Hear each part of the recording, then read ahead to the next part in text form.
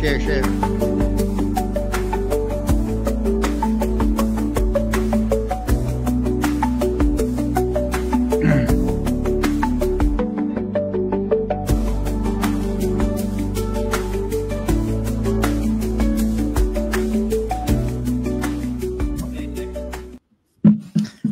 Yan, magandang gabi po sa inyong lahat mga kapalarista. Yan, mag-share pa lang ako, na-live na agad tayo. Bilis eh. Wala na pa ng video sa intro. Yan, magandang gabi po sa inyong lahat. Welcome po sa aming 22 na episode ng Salamat PBBM. Gaya na nakikita sa lamesa namin. Yan, mamaya natin pag-uusapan yan. Ako po muna muli si Palerista TV, ang makakasama nyo sa isa't kalahating talakayan ng totoong balita at totoong serbisyo ni Pangulong Bongbong Marcos. Magandang gabi mga kayaya, mga ka-BBM.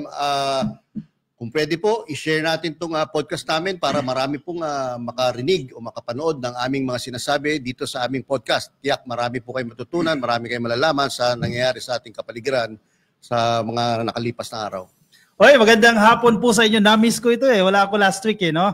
Ayan, i-check po natin yung audio. Malinaw po ba? Comment po kayo dyan ng yes kung clear. Kung hindi naman, i-comment po kayo dyan ng no para ma-adjust po natin yan. At nasa ang bansa po kayo, nasa ang lugar kayo dito sa Pilipinas, i-commento nyo po yan. Mamaya, isa-shoutout po natin yan. Ayan, gaya nga sinasabi namin nung nakaraang linggo. Kaya wala to si Joe, naatasan ng grupo namin na kunin yung award namin doon sa Japan. Ayan, gaya na nakikita nyo sa unahan namin, dito sa lamesa namin.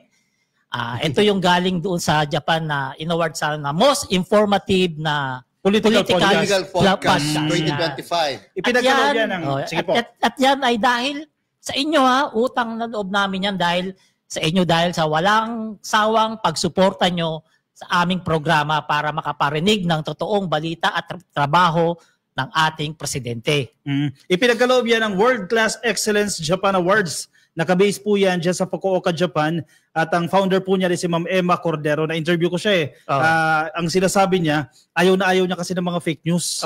Doon lang daw siya sa totoo. At tayo, nakikitaan niya tayo na nagpapakita tayo ng totoo sa mga nangyayari dito sa gobyerno natin. At very supportive din ito sa administrasyon ni PBBM. In fact, isa ito sa mga loyalista at fans ni Pangulong Bongbong Marcos. Wow. Malaking bagay po sa aming tatlo at pati yung sa dalawa naming executive producers kay 31 Million Movement at kay Mark Ian Everyday yung inyong suporta. As a matter of fact po, last week's episode po namin ng podcast, nabot po ng almost 90,000 ang viewers namin or ang audience.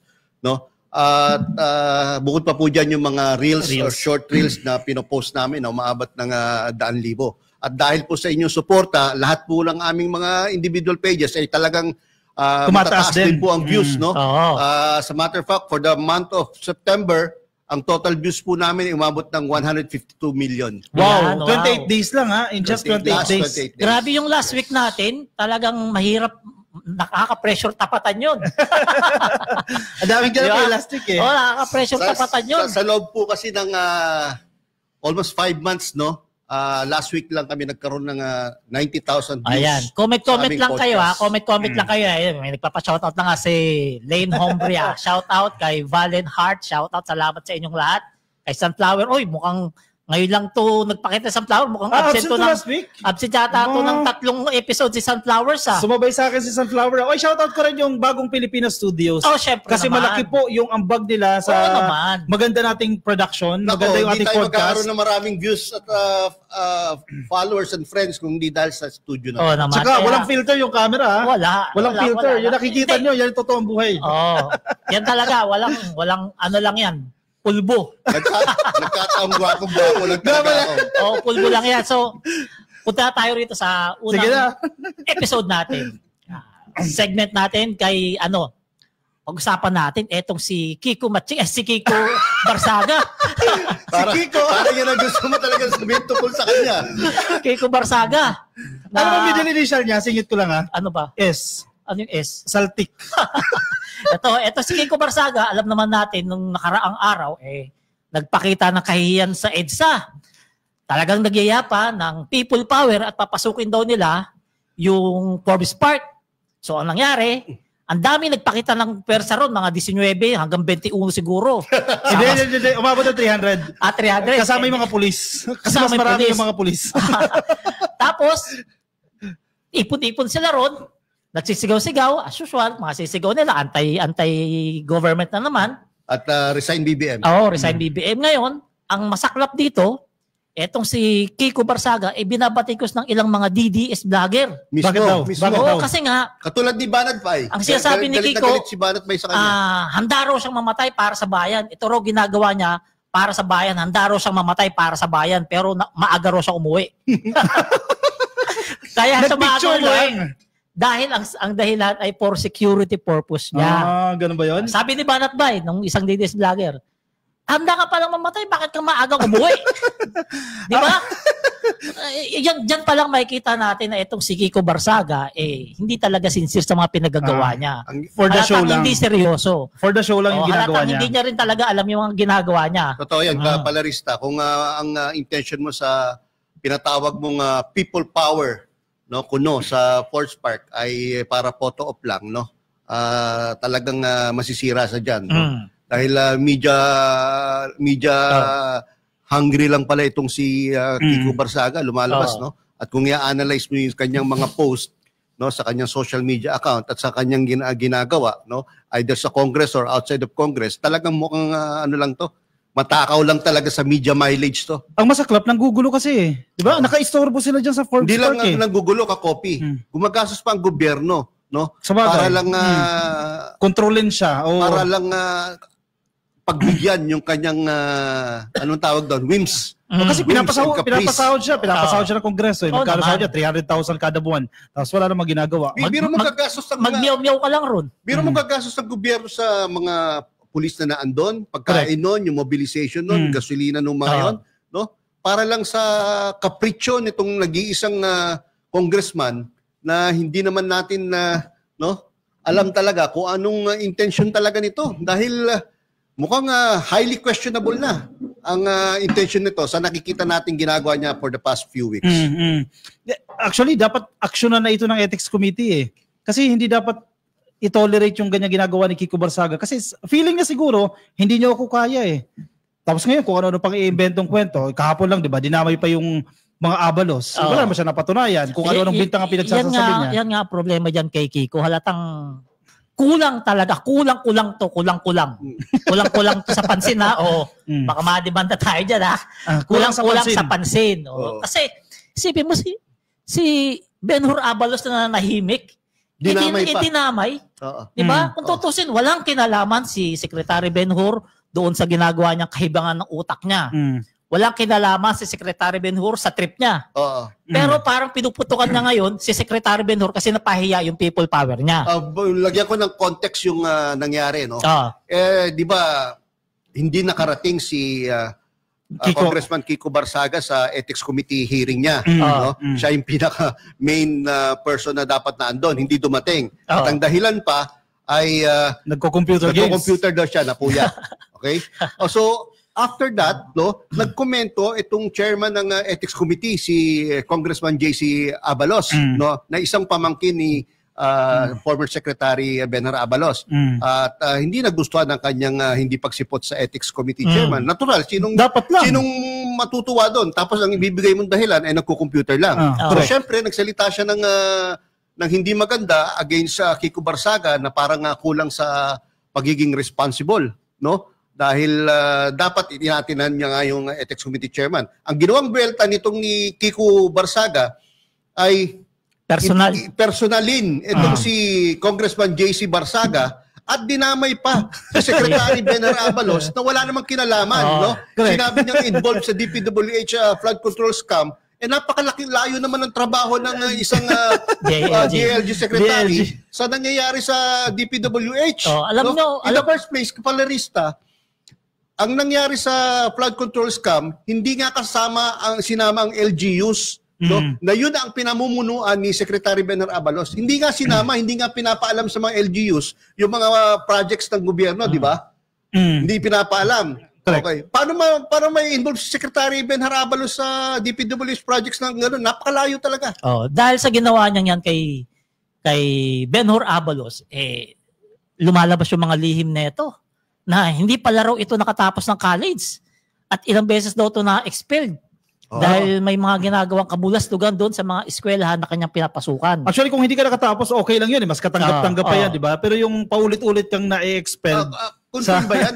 Copy, confirm yan? Hindi ko pa nakita kasi yung kung di ako official. 3 beses nagpalit ng school. Yung isa, nanutok ata ng barel. Yung isa, merong... Parang may sinaksak siya. May kutsilyo na hinawakan. So may problema talaga. May juvenile. No? Juvenile pala itong, kung totoo kasi may nakita lang nabasa natin yan sa social media, kung totoo na may mga kaso yung sa eskwela, kaya na-expel. Ngayon, so, ibig sabihin, parang juvenile delinquent itong bata. Ang nakakapagtaka dyan, etong mga Duterte, mga dinis. Bakit, mga Duterte na rin, bakit nila sinasakyan itong mga ganito-ganito netong si Kiko Barsaga? Kaya nasasabihan ngayon ng mga Duterte na parang wala nang kumakampi sa kanila na mataas-taas na tao. At matino. Matino. At kahit ito na lang si Barsaga, papatusin. Kanilang pinapatos. Kasi alam naman nila na si Kiko, iba talaga yung galawan niya sa normal na tao. Walang logic, walang maayos na reasoning, tapos kakampihan mo. Diba? Oo, yun nga. Kaya yan yung inaano sa kanila na ngayon mga tao na wala na raw na matinong mataas na tao ang kumakampi sa mga Duterte. Kasi, tinan mo, kaya nagkakaganyan si Kiko Barsaga, hindi siya pinapansin ng presidente. Hindi. Kasi yun ang objective nila, pansinin. Kasi yun ang goal ng mga papansin . Hindi siya pinapansin. Yung sinabi lang ni DILG Secretary Rimulya, di ba, na hindi bothered ang presidente dyan. Hindi nagpapanik ang presidente dyan sa ginagawa ng Kiko Barsaga. So kaya, mas lalo nagpapapansin. Pero all talaga yung ginagawa niya dun sa Kongreso na yung hindi niya sinipot yung ethics hearing na napakahalaga dahil sa computer. Sa tingin mo ba, gawain ba ng normal na congressman yan? Ito, isang hindi pa rin normal. Si Harry Roque. Ano yung hottest? May term siya dyan May tawag dyan kay Barsaga. Hottest, heart throb ba yung dating niya dyan? Teka, hanapin ko lang Kasi heart throb ang tingin niya kay Kiko Barsaga. Kakaiba din yung taste nito ni Harry Roque. Wait lang hanapin ko lang. Yan, Kiko Barsaga. Hottest rock star in the Philippines. Bravo. Yan ang sinasabi ng dating malapit na lawyer. matapos yan kasi sa tingin ko, yung mga mainstream media, hindi na rin sigurado ito papansinin kasi nakikita nila wala ring kwenta Wala rin nangyayari sa mga sinasabi nito.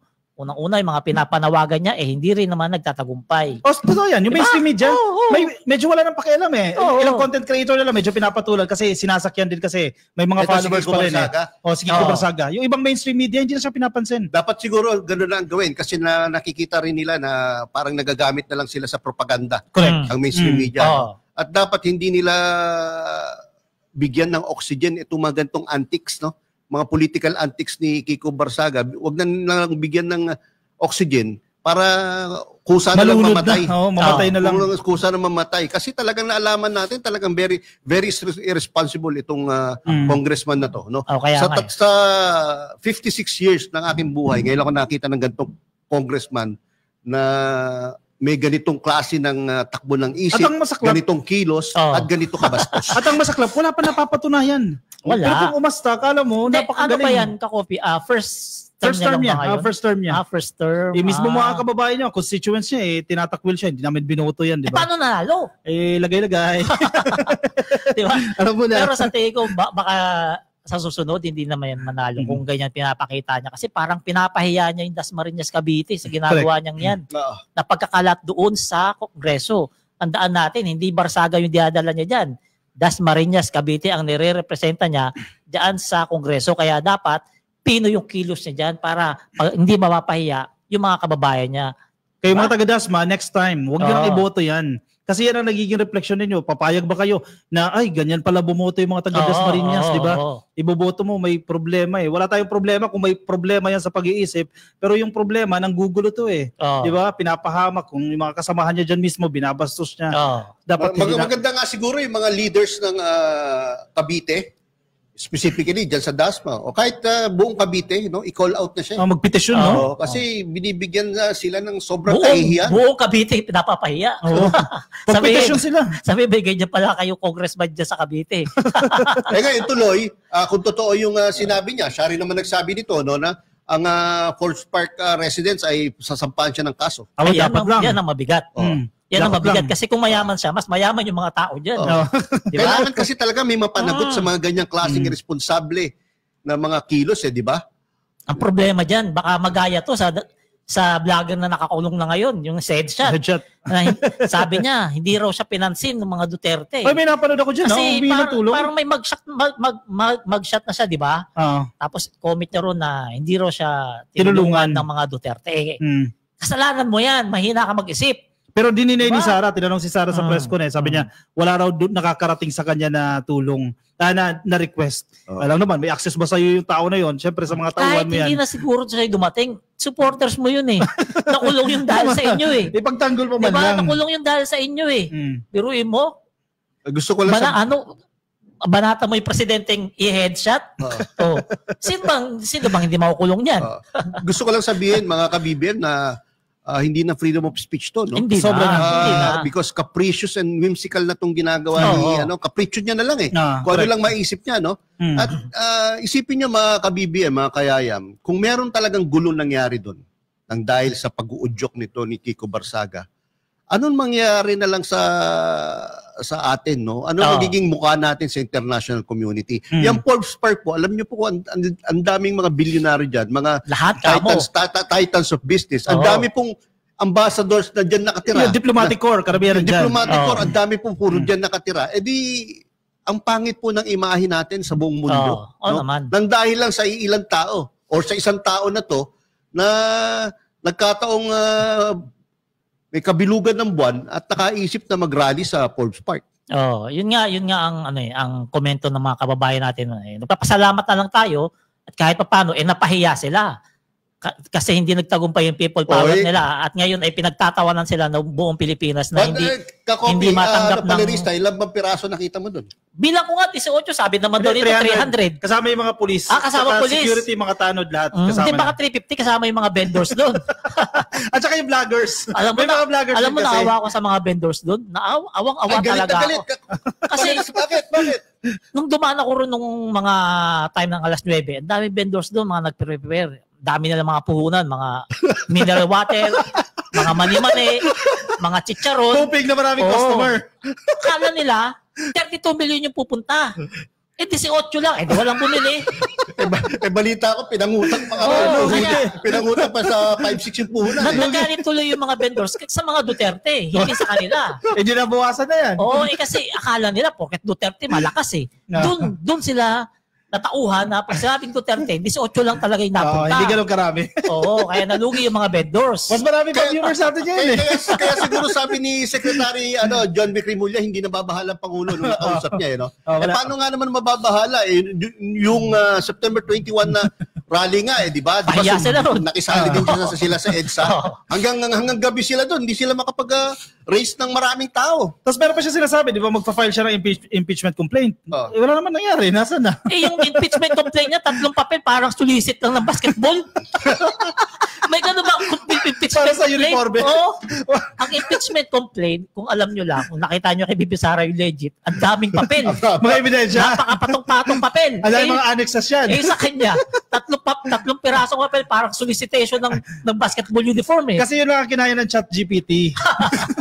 Wala pa mga ebidensya. Ano ba yung ginawa niyang ground doon? Ano yung ground niya doon? Betrayal of public trust. Very general. So, basa tayo ng mga comment bago tayo pumunta sa pangalawang topic natin. Ang dami natin viewers, 351. Wow, salamat Live po sa lahat ng mga nanonood. Baka kaya natin higitan yung last week na 90,000. Pag natapos talagang enjoy kayo sa itsura naming walang filter. 3,000 plus na agad ngayon.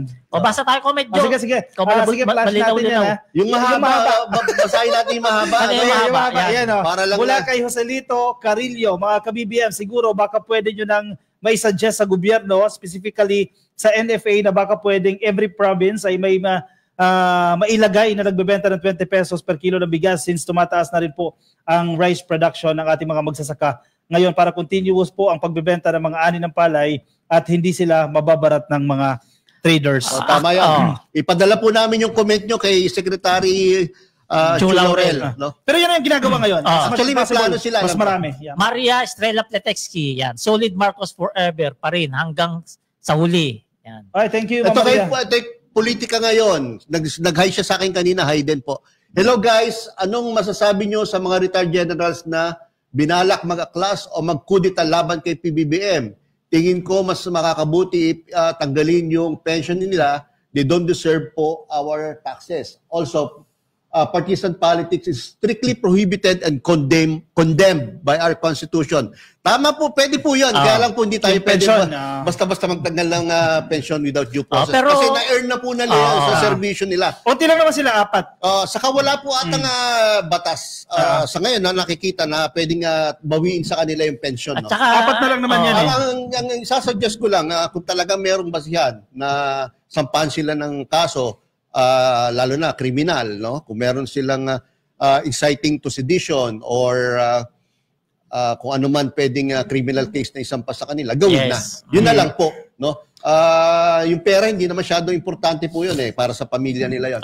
Pero yung kaso, kung merong makikitang basihan, dapat po pailan silang kaso. Maingat din sila sa kilos na. Siyempre, mga general yan, alam nila yan Yung iba dyan, malakas ang loob. Maingat lang rin, maingat din sila. Malakas ang loob ng iba dyan dahil sinusuportahan ni Bato Kasi si Bato naman nagpupush siya sa Senado. Pero alam nila, yung mga general na retired na, alam nila sa sarili nila, hindi nila kaya si PBBM. Kasi nga si PBBM, tingnan nyo yung vlog ko ngayon, kanina alas 6 bago kami simula, nagbigay ng isang magandang armas sa mga sundalo ngayon. Ano yan? Talaga, hindi ko nakita sigurado, pa yun. nag-viral ngayon yun, hindi ko pa nasisilip Yan. Punta tayo sa pangalawang topic natin, etong sa Davao Oriental. Nakakalungkot na naman ito na balita na nangyari dito sa atin katatapos lang ng problema natin sa Masbate. At sa Cebu. Nasundan ng lindol sa Cebu. At eto naman, ilang araw lang. Kailan lang to? Ngayong linggo lang yata to. Like last week, nagkalindol na naman doon sa Davao Oriental. Magkasunod pa. Which is marami na naman ang mga naging biktima. May video tayo. Eto, panoorin nyo para mas mahatid namin ng tamang impormasyon. Ang totally damaged homes. Yan talaga, hindi pwedeng balikan pa yung mga nakatira doon. Yung naging solusyon namin sa Cebu was tent city. Pero meron tayong mas bagong sistema. Pumasok ako doon sa tent, ang init-init kaya nasa labas silang lahat. So we will put 150 units. 150 units po. Where is the location? 50 for each LGUs na nag-request na po. 150 total. We'll start on Friday to install. Then hopefully by Monday, people can start coming in these modular houses. Sa ngayon, pagsagaan na muna natin itong tent. Basta we'll be here always for providing naman sa lahat ng pangangailangan. Maganda yun Yung sinasabi natin Presidente, kasi syempre naaawa din siya, mga tent lang yung tinutulugan ng ating mga kababayan, no? Kasi yan yung primary needs ng ating mga biktima ng lindol dyan, syempre tubig, pagkain at yung shelter. So naaawa ang Presidente dyan na nakatira sa tent. So agad-agad nagpapakonstruct ang ating Presidente nito mga modular shelter. Mas decente ito para sa ating mga biktima po ng lindol dyan. At ang commitment din ng ating Presidente, hindi one time itong tulong na binibigay. Talagang hanggat kailangan ninyo. Sinasabi niya hanggat hindi nababalik sa normal ang isang biktima, hindi titigil ang gobyerno sa pagbibigay ng serbisyo. At saka sa katunayan ito na pala yung mga naibigay ni Pangulong Bongbong Marcos na financial assistance sa mga nasalanta ng lindol. Gusto mo ikaw magbasa? Masira.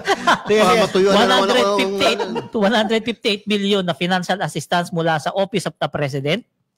50 million mula para sa Davao Oriental Province, 15 million bawat isa, Manay, Banay-Banay at Lupon. Municipalities. Municipality to. Tapos 10 million bawat isa, Mati City, Tarragona, Bangaga, Boston at Katiil. And 5 million bawat isa sa Caraga at San Isidro. At 3 million naman sa Governor Generoso. So yan po yung mga naibigay na cash assistance ni PBB at may karagdagang tulong pala na 150,000 para sa bawat pamilyang nawalan ng bahay. Malaking bagay na yun, panimula, para maayos yung mga bahay. Makapagtayo ka na. Yung 150 na yan, makatayo na yan kahit paano. Malaking bagay yan. Decente na yan. Ang style nila dyan, sementado yung baba, yung bandang taas medyo kahoy-kahoy na. So ito pala, basahin mo, inutusan pala ni PBBM si Secretary Amena Pangandaman. Oo. Na pabilisin ang release ng Local Government Support Fund para sa tuloy-tuloy na relief at recovery efforts. No? So talagang mabilis umaaksyon ng ating Pangulo, no? katulong na si Secretary Amena Pangandaman ng DBM, no, para lahat ng pangangailangan sa budget ng ating mga kababayan diyan sa Davao Oriental ay maibigay ng mabilisan. Mga ka-BBM, ano pala, no? Yung naging earthquake pala sa Davao Oriental, kakaiba. Dahil dalawang magkasunod pala na earthquake yan. Ba yun? Isang 7.4, isang 6.9. Parehong malakas. Grabe, no? Oh, kakaiba yung nangyari dyan. Kaya nakakatakot eh. Kung nasa ang lugar ka, medyo matatakot ka eh. Bukod doon sa Davao Oriental, nakatanggap din po ng pondo, yung mga probinsya po sa labas ng Davao Oriental. Halimbawa po sa Davao de Oro, 20 million po ang natanggap nila. Ganoon din po sa Davao del Norte, sa Davao Occidental. Ang Davao City, meron po kayo 20 million. Ang Agusan del Sur, tagki 15 milyones naman po ang Agusan del Norte, Surigao del Norte, Surigao del Sur at ang Dinagat Islands. Talaga hindi pinababayaan ng Davao City, no? Davao City kasama. Kahit napakalaki na ng ano diyan, CIF funds yan. So meron ring tulong mula sa DSWD na mahagi sila ng family food pack sa mga non-food at hot meal sa pamamagitan ng mobile kitchen program. Bawat pamilya binigyan ng 10,000 financial assistance. Galing po yan sa DSWD. Iba pa yung 150,000 sa bahay. 160,000 lang basta lahat. Totally damage. Kung totally damage yung bahay ninyo, may 150,000. So napakarami pala na naitulong ni Pangulong Bongbong Marcos at ng gobyerno natin sa mga apektado ng lindol dyan Ganyan sa Davao kabilis City. Kumilos ang ating Pangulo, hindi nagpapatumpik-tumpik. Pero sa kabila ng dami ng malasakit ng ating gobyerno, yung ibang mga taga dyan pa, o baka nga hindi taga dyan, gumawa ng fake news kay PBBM. Nagbebenta ng biya ba yan? Hindi. Yung buwabaro ng helicopter, tapos nagsisigaw-sigaw ng Sara-Sara. Di ba? Ang gumawa niyan, sigurado ko hindi taga Davao. Ang gumawa niyan, hindi taga Davao, mga taga ibang lugar yan. Na pinifake news. Kasi kung ikaw, nasalata ka na ng lindol, nasira na yung bahay mo, kailangan mo ng tulong, nasira na yung bahay mo, naperwisyo na yung buhay mo, makukuha mo pa ba mag-edit ng ganyan? Oo, tama. Diba? Hindi mo priority yun eh. Makukuha mo bang bastusin yung tao na magbibigay sa inyo ng tulong, ng malasakit? Hindi. Kaya ang gumawa niya malamang yung mga siraulo na mga taga rito sa Manila, ng mga DDS. And pansinin ninyo, yung pagbibigay ng presidente ng tulong, hindi hindi maliitan eh. Kung ikukumpara mo sa mga previous calamities, magbibigay ng 3,000, 5,000, ito bultuhan na. Para nakakainsulto pa yung dati. Pero ngayon, 10,000 na agad. Kung nasira yung bahay mo, 150,000. Ang dami pera ng gobyerno.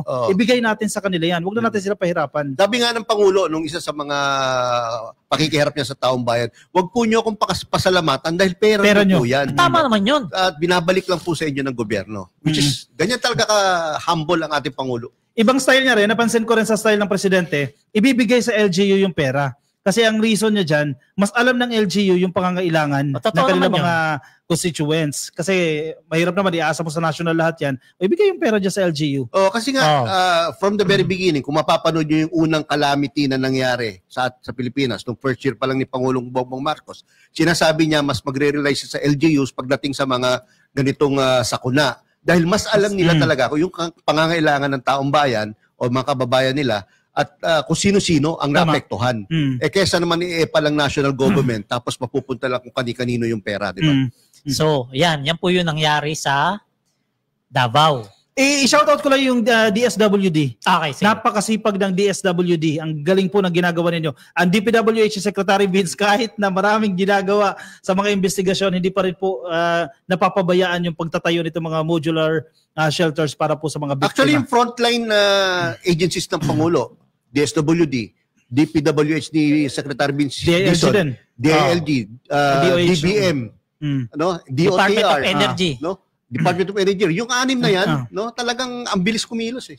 Paspas agad eh. Hindi na sila kailangang utusan pa ni PBB. Matik, lalo si Vince Dizon, sigurado. Diba? Sigurado yan ang naunguna dyan. So dito punta tayo sa pangatlong segment natin. Dito naman sa may Cebu na alam naman natin na niyanig din ng lindol. Ito kasing governor nila nagpasalamat kay Pangulong Bongbong Marcos. Pinuri ni Governor Baricuatro, pinuri rin ni Governor Baricuatro ang PCSO bilang isa sa mga unang ahensya na tumugon sa relief operation matapos ang lindol. Pinuri niya ang general manager nito na si Mel Robles sa kanyang leadership at mabilis na pagtugon sa kanyang request. Alam mo si Mel Robles, mabilis din kumilos no?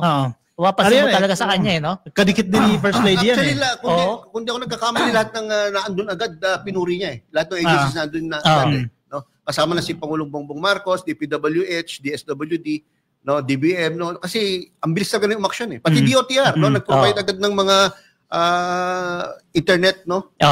Connect. Ang hindi lang natin ina-expect dyan na coming from Bari 4, di ba? Kasi totoo. Yung political affiliation niya, alam mo naman tayo mga Pilipino, di ba? Hindi natin ina-expect na sasabihin niya sa presidente. Thankful din tayo dahil na-appreciate nila yung ginagawa ng gobyerno. Yun yung sinasabi ko sa isang editorial ko nitong nakaraan. Kapag panahon ng mga sakuna, dapat iwasan muna natin gawing politika ang sitwasyon. Correct. No? Mag-unite muna tayo. Ang isipin natin, yung mga biktima ng kalamidad at hindi yung kanya-kanyang kulay. Kanya-kanyang views. Correct. Ngayon, dahil dyan sa pasasalamat ni Governor Bari 4 kay Pangulong Bongbong Marcos at sa mga ahensya na tumulong sa Cebu, kaya siya ngayon binabatikos ng mga bobo ng mga DDS. Bobo talaga? Oo, kasi nga 4 binabatikos? Binabatikos ng mga DDS kasi nga nagpasalamat kay PBBM. Dapat hate lang lagi. Diba? Kasi nga, siya sabi, wala raw utang na loob dahil nga raw, hindi raw siya magiging gobernador kung hindi daw dahil sa mga DDS. Yan na dapat hindi ginagawa ng ating mga kababayan, no?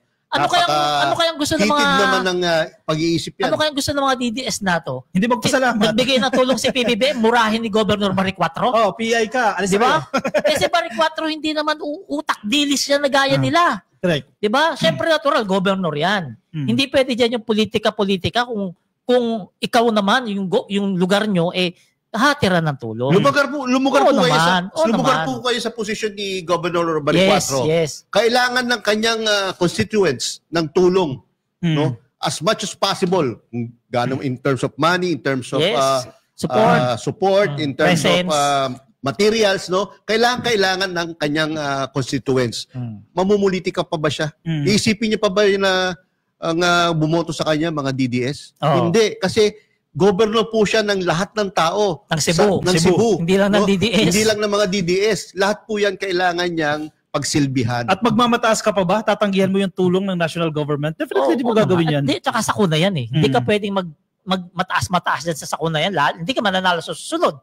At tsaka ang maganda lang dyan si Cristina Prasco ng Tourism, nagharap sila ni Bari 4. Nagkaroon ng chance para magkausap. Kasi syempre, at nagtulungan. Pare-pareho sila Cebuano diba? Nagtulungan, no? Kahit magkalaban sa political Garcia at Bari 4, nagtulungan sila nang dahil sa sakuna. Ganun dapat. Yan, para sa mga constituents. Yun ang hindi naintindihan ng mga malulutong na bobo. So ito pala, yung mga tulong na ibinigay ni Pangulong Bongbong Marcos sa Cebu. Ang dami niya. Sa pagbisita ni President Marcos sa Bogo City, inanunsyo niya ng Bogo. dahil dito sa Bogo may nakulong inanunsyo niya ang donasyon mula sa Office of the President, 50 million para sa Cebu Provincial Government, sa buong Cebu yan. 20 million para sa bawat isa para sa Bogo City, Sogod at San Remedio. 10 million bawat isa para sa Bantayan, Daan Bantayan, Madre Dejos, Medellin, Santa Fe, Tabogon, at Tabuela. At tulong sa mga ospital. 20 million bawat isa para sa mga DOH hospital. 5 million bawat isa para sa mga provincial hospital mula rin sa Office of the President bilang bahagi ng post-earthquake assistance. So yan yung mga naitulong ng ating presidente, ng ating gobyerno dyan sa nasalanta dyan sa Cebu. Kaya yung governor nila, hindi mo masisi kung nagpapasalamat. Kasi napakalaking halaga niyan eh. Oo naman. Diba? Saan pagkukunin yan? Malaking bagay. Kung tatanggihan mo yung tulong na yan. Oo naman. Diba? Ay, pag tinanggihan niya yun, mamumura siya ng mga nasasakupan niya, sigurado. Ito para sa mga DDS, sa mga naghahanap nasaan napupunta ang pera. Diyan po, sa mga sakuna na yan, kailangan natin ng malaking halaga dyan para sa rehabilitation, diba? Repair ng mga nasirang structures, government structures, facilities, dyan napupunta. Nakikita nyo naman yan, millions of pesos siya nang binibigay ng Office of the President. Huwag na kayo mag-expect na may manggagaling sa Office of the Vice President dahil lugaw lang po ang afford as of the moment. So ito yan, si Secretary Amena Pangandaman na naman, inutusan ni PBBM, basa. Oo nga, nagbigay ng 150 million para sa Local Government Support Fund ng Cebu Province, naglaan. Ang Department of Budget and Management. No? 75 million bawat isa para sa Bogo City, San Remigio at Medellin. No? Yan ang binigay o na-release ng ating Pangulo through DBM. Alam mo si Secretary Amena, no? Magaling mag-budget, no? Isipin mo milyon-milyon yung binabudget na pera, paano pag-ano yung sa mga nasalanta?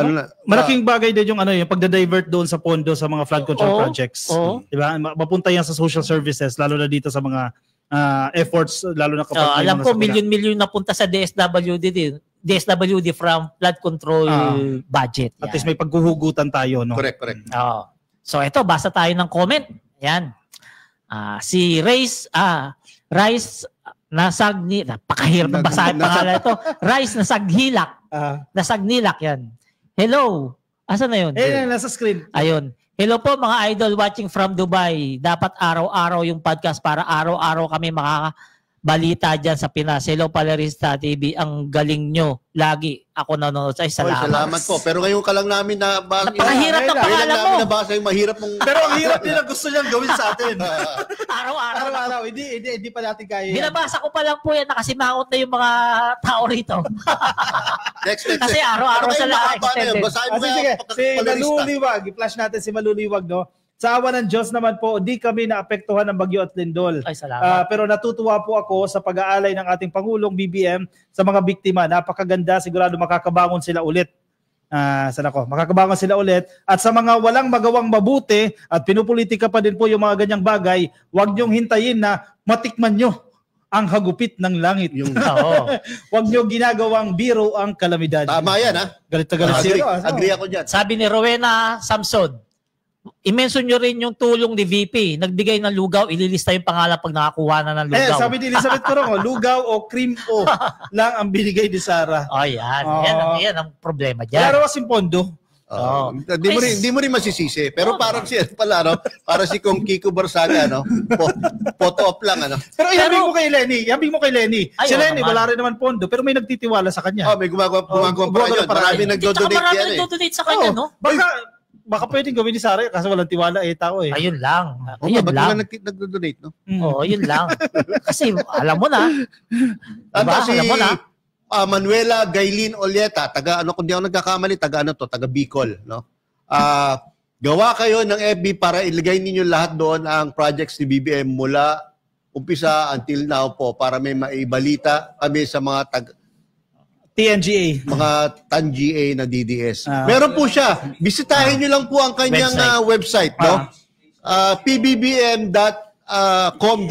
Yung QR code na nakikita nyo sa screen, scan nyo yan. Scan nyo yung QR code sa screen, didiretso po kayo niyan sa website ng ating Pangulo. No? Doon yung makikita ang kanyang mga ginagawa, including yung mga past kanyang vlogs, at mga announcement or whatever na information na ginagawa natin Pangulo. May nagpapa-shoutout sa'yo. Shoutout natin si Eileen Shane na nakikinig mula dyan sa Toronto, Canada. Shoutout po sa inyo, no? Hilbert Bayani at kay Ligaya Baklit Gakayan. God bless you, PBBM. Thank you.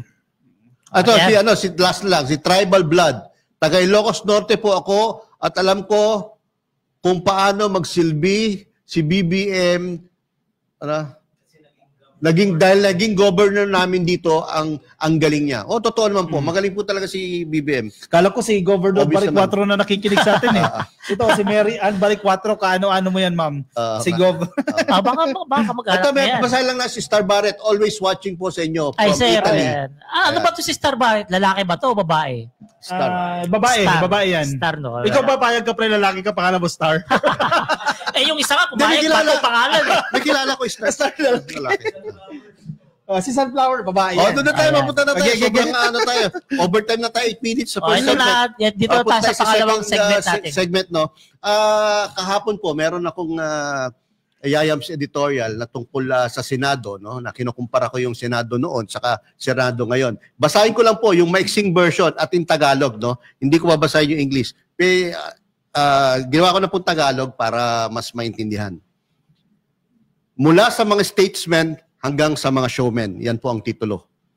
Noon, ang Senado ng Pilipinas ay tahanan ng talino at dangal, hindi ng drama at intriga. Diyan nagtagisan sina Marcos Sr., Tanyada, Jokno, Recto at Salonga. Mga utak at prinsipyo ng ginagalang kahit kalaban. They debated ideas, not insults. They served truth, not trends. Pero ngayon, ang ilan sa mga senador ay mas kilala sa social media kaysa sa plenaryo. Mas inuuna, sana yun. Naurong. Naurong. Ganda ng opening statement, sir, ha? Oo. Pero ngayon, ang ilan sa mga senador ay mas kilala sa social media kaysa sa plenaryo. Mas inuuna ang kamera kaysa konsensya. At habang ang Pangulo ay nagsusulong ng katotohanan sa flood control scam, may ilan sa kanila mga iniimbestigahan pa. At eto pa, nang dumating ang impeachment ni VP Sara Duterte, sabi ng konstitusyon, the Senate shall forthwith proceed. Ibig sabihin, agad-agad. Pero anong ginawa ng ilan? Delay, debate, at drama. Para sila mismo ang nakalimot sa batas na dapat nilang pinangangalagaan. Ang Senado noon, ang pugad ng mga Pangulo, Quezon, Rojas, Marcos Sr. hanggang Marcos Jr. Ngayon, parang pugad na lang ng mga pa-cute at pa-trending. Pero may pag-asa pa. Kung pipiliin nilang maging statesman, hindi showman, kung pipiliin nilang maglingkod sa bayan, hindi sa sarili, maaari pang maibalik ang dangal ng Senado. Dahil tandaan, ang kapangyarihan lumilipas, pero ang dangal habang buhay. Yan po ang ating editorial sa araw. Wow, ganda, ha? Pang-award winning, pang-extemporaneous speaking yan, eh. Hindi naintindihan ni Robin Padilla yan. Alam mo, tama yung sinabi mo, Kayayama. Tama yan. Kasi ngayon wala ka na makikitang senador gaya ni Raul Roco, gaya ni Hubito Salonga, Correct. gaya ni Ferdinand Marcos Sr., gaya na lamang ni Ferdinand Marcos Jr. din. Ako inabot ko kasi, siguro yung mga katulad ng edad ko, 50 plus, pataas, ma-appreciate nila yung sinabi ko eh. Dahil may pagkukumpara talaga nila. Inabutan nila. Kung nakapanood sila ng mga debate nila, Salonga, nila Tanyada, nila Recto, nila... Inabot mo ba yung sila Salonga, pre? Hindi, siya Salonga bata inabot ka pa ko. nun, bata Si ka Recto pa. hindi na. Pero si Salonga, inabot ko na yan. No? Tapos si Tanyada, inabot ko na yan. Sila Roses, inabot ko na yan. Tapos si Marcos Sr., napanood ko pa yung mga debate niyan sa Senado. Napakagaling talaga. Ang inabot ko na lang, si Miriam Defensor, eh. Magaling Diba? din, no? Mahusay Magaling din. Miriam Defensor, Aquilino Pimentel, Edgardo Angara. Talagang mga... Ngayon, magagaling din naman. Magagaling talaga. Puncher, eh. Ma-identify mo kung valid yung dokumento. Basta may butas ng puncher. Nakikita mo yung the way... Pero exceptional yun, ha? Pero pinaka-exceptional na senador na kapag merong 2 butas ang isang dokumento, original. Authentic. Pinakamagaling yun. Pero nakita mo ba yung mga banat dati ni Senator Miriam Santiago? Ano sabi Kung daw? gaano niya pagalitan yung mga kapwa senador niya? Talagang diretsahang magsalita. Hindi sa kanya makaporma kasi alam ng mga senador na mataas yung pinag-aralan. Hindi sa kanya makaporma, hindi sa kanya makasagot-sagot. Diba? Yun yung wala ngayon doon sa Senado. Kung buhay yun, ay namura na lahat yan. Actually, may pagkukulang din yung tayo, yung taong bayan na bumuboto. Di ba? Kasi minsan di na natin sinusuri eh. Kaya nyo bang maglingkod? Sa tingin mo, magiging mahusay ba yan? Baka naman, nawili tayo sa mga artista, sa magaling sumayaw, sa magaling mambola. No? So factor din yan. Malaking dapat tingnan din natin yan. Naging popularity contest na kasi. Correct. No? Lalo na ngayon dahil sa technology ng social media or internet. No? Views na lang ang kino-consider ngayon. No? Kung sino pinakamagaling magpa-viral, yun ang kino-consider ngayon. At syempre, kung sino makapagbigay ng monetary considerations, yun ang inuuna ng ating mga botante. Sana naman magkaroon pa ng pagbabago. Kaya mga ka-BBM ha, kung ano yung napapanood niyo sa Senado natin, tayo po may kasalanan yan, hindi sila. Kasi nauto nila tayo, nabola nila tayo, nabudol nila tayo. Kaya si Lito Lapid, nagkasalita anong nakaraang linggo for the first time ko narinig yung boses sa Senado. At least perfect attendance. Di ba? Hindi ka nagsasalita. Pero in fairness, si Lito Lapid, kaya hindi napalitan si Senate President Tito Soto. Siyang sinasabing tiebreaker. Nag-stick kay Senator Soto para hindi makuha yung 13 ayos senators nung kabilang kampo. Kasi may move na palitan na naman siya, di ba? Sa bagay na yon, nanindigan siya. Correct. Okay naman yung si Lito Lapid rin talaga. Okay naman. Tahimik lang. Kaso nga lang, hindi talaga nagsasalita. yan ang komento sa kanya ng mga kababayan natin. Kesa naman yung salita ng salita. No? Wala naman laman. Gumagawa pa ng sarili niyang batas doon sa puncher. No? At saka si I move. I move. Okay. Sige, move hindi mo na. Hindi na alam yung kasunod. I move lang. Gusto ng Tagalogin niya, I move. Hindi niya pa... Pero binoto niyo yun. Hindi ko binoto. Anyway, doon tayo sa topic natin. No? merong kasing lumalabas na mga sabi-sabi na nawawalan daw ng kumpiyansa ang business community sa ating administrasyon, sa ating gobyerno ni Pangulong Bongbong Marcos. Bakit which daw? is palagi dahil nga sa mga nangyayari daw. Corruption, etc. Posibleng merong ganung bagay or pag-iisip pero hindi ganun ka material o ganun kalaki para ang business community ay mawala ng totally ng tiwala sa ating Pangulo. Dahil unang-una, tandaan natin na ang Pangulo ang nagsiwalat nitong flood control scam. At siya rin gumagawa ng paraan para mapanagot itong mga involved sa flood control scam. Kaya, gaya na sinabi ko ng mga nakaraan, itong pangit na nangyari sa ating bansa na to under his administration, ito rin na magiging pinakamagandang legasiya ng ating Pangulo. Dahil kapag napanagot itong mga corrupt na mga public officials na to at mga contractors, tiyak, yung nagawang ganyan ng ating Pangulo ay hindi siya makakalimutan ng taong bayan for decades to come. And yung mga policies na magagawa na i-implement natin in the future, may iwasan na yung mga ginawang corrupt practices ng mga nakulong na sana makulong, di ba? May iwasan na yan. So, kumbaga, yung foundation, nilalatag na ngayon ng ating presidente kasi for the longest time, pinabayaan niya ng mga previous administrations. Alam mo, ang kawawa dyan ngayon, yung mga bagong kontraktor. Hindi na pwede yung mga nakasanayang kontraktor na ginagawa ng mga kontratista. Yung ibig sabihin, hindi na sila makakapambuhaya kasi bantay sarado na sila ng batas at ng taong bayan. Dapat lang. Kaya maganda kasi talaga yung mga klase ng kontraktor na kukunin ng gobyerno. Yung talagang nasa level ng Konsuji, mga ganyan. AAA, quadruple A. Pinakamababa na siguro yung double A. At hindi na naaareglo sa accreditation. Kasi kung mapapansin nyo po, yung mga malalaking, yung billions worth of projects, nagagawa at natatapos naman ng maganda. Mayos. Ang nagkakaproblema, doon sa maliliit, kung mapapansin nyo, ang daming less than 100 million na projects. Yan yung mga contractor na tumatanggap ng mga lagayan na system. At yung mga nagbebenta ng kumpanya para ipagamit yung kanyang permit, di ba? Oo. Kasi yung mga yan, yung mga contractor po kulang sa integridad Yung mga ganyan. Ang gusto lang niya kumita Hindi pa nga nagbabayad ng mga taxes yan Ang laki na ng kinita, hindi pa nagbabayad ng taxes. Kaya itong mag-asawa na Diskaya Poldo, sinampahan ng biyaya ng 7.1 billion tax evasion case. Napakalaki. So, ito pala meron pala tayo, Republic Act number 12009 o kilala rin bilang New Government Procurement Act of 2024. Bago pala to. Ito ay nagtatakda ng perpetual disqualification o habang buhay na pagbabawal sa mga kontraktor, suppliers o implementors na paulit-ulit na lumalabag sa procurement regulation. Tama yan. Kasi ang nangyari, halos pinabayaan natin. Alam na natin na pumapalpak itong contractor na to, hinayaan natin 5 beses. Dahil din sa corruption, inaalaw pa rin. Dahil sa corruption. Kasi nga may tungits kunyari, katulad nitong mga Diskaya, may na-blacklist niya ng korporasyon. Nagtayo lang ng bagong korporasyon. Bago. O pwede na naman So dapat ang blacklisting, hindi lang yung korporasyon, pati yung mga may-ari at opisyal. Hindi lang pati yung mga opisyal ng korporasyon, dapat blacklisted lahat yan. Alam mo sa banking industry, inaalam lahat yun. Sino yung mga opisyalis mo? Sino yung mga owners niyan? Kapag merong kaso, yung mga opisyalis niyang bangko na yan, hindi ka bibigyan ng blacklisted ka talaga. Hindi ka bibigyan ng banking license. Blacklisted, hindi ka bibigyan ng license. Ang problema kasi dyan, matatalino itong mga kumag na ito Ginagamit minsan front nila, yung mga katulong nila, kamag-anak nilang malayo.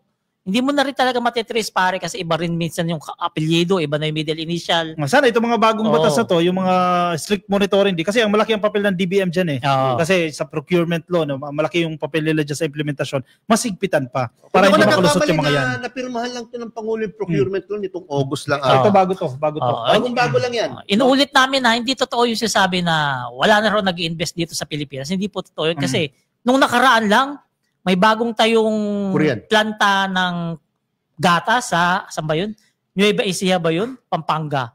Yung galing sa Malaysia na trabaho ni PBBM. Central Luzon yan. At saka isa pa, meron pa yung Korean company. Yung Hyundai.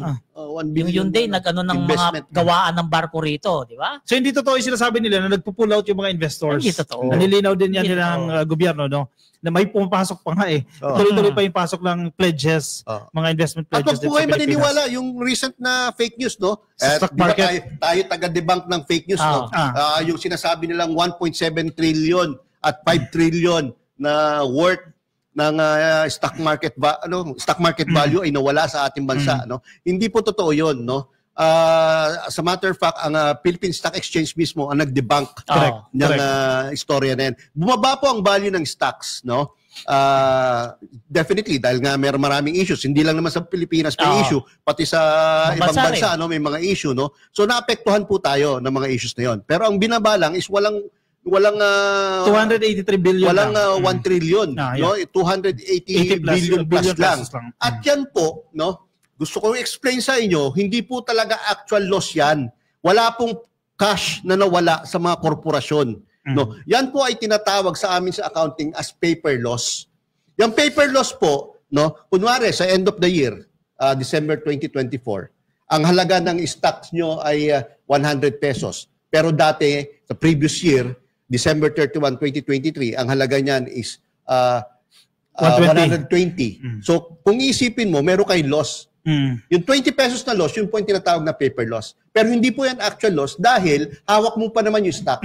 Magkakaroon ka lang po ng actual loss kapag binenta mo yung stocks. Wag mo ibenta. Okay? Kapag binenta mo yun, kunyari, yung 120 dati na naging 100, no? At binenta mo at 100, doon ka pa lang talaga magkakaroon ng 20 pesos per share na loss. Actually, sa mga ganitong opportunity, kasi nagtitrade din ako no? Ngayong mababa po yung presyo ng mga shares, no, ng mga kumpanya.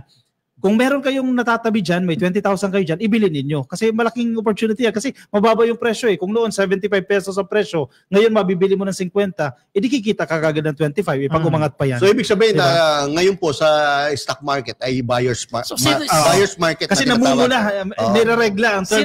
Sino ba yung ng fake news niyan? Bilyonaryo. Bilyonaryo news dyan.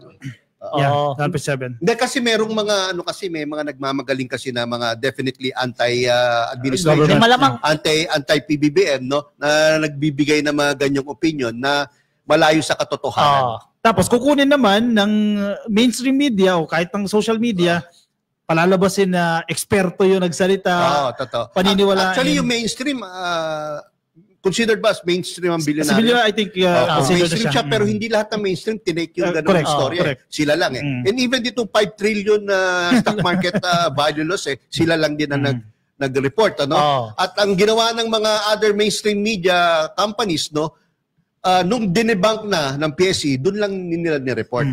Kasi tama naman 'yon. Para talaga hindi na kumalat yung mga maling. Tama naman yung ginagawa ng mga media company na yan, lalo yung mainstream na inaalam rin nila kung fake news. Kasi mahalata mo kaagad na fake news kasi trillion ba naman? Isipin nyo naman.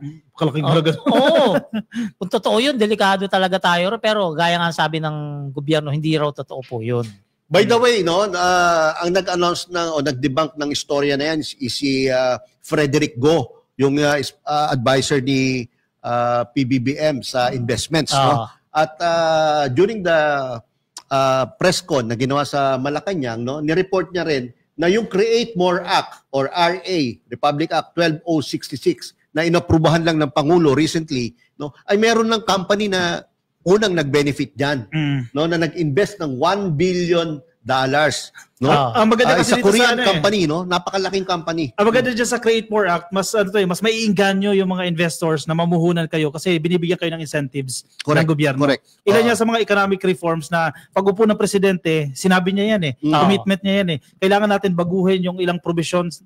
Actually, constitution sana, no, economic provisions, pero ayaw natin yan. Pero yung mga polisiya natin pagdating sa ekonomiya, kasi kailangan natin i-attract yung mga investors na mamuhunan. Kung hindi ako nagkakamali, kasama dyan yung green lane, no? Yung pagpapabilis ng mga processing ng mga permits. Ano? Kasi yan ang nirereklamo sa ating bansa ng mga foreign investors, no? Ang tagal mag-process ng mga dokumento, ng mga permits, no, to the point na nagkakaroon na ng mga lagayan. No, nagkakaroon ng red tape, no, nagkakaroon ng mga lagayan, no. Tataas na yung presyo. With this law na ginawa ng Pangulo and then yung mga green lanes na nagpapabilis ng mga pagkuha ng mga permits, no, marami tayong maengganyo mga foreign investors. Itong Create More Act na to, ito talaga yung tatapos din sa kabulastugan diyan sa yung mga nambubuhay diyan sa mga nagninegosyo. Kasi alam naman natin, uso rin yung palakasan sa ganyan. Lalo na sa permit. Alam mo naman yan, napakahirap kumuha ng permit. Kaya sabi sa'yo, 1.5, kuha mo agad yan ngayon.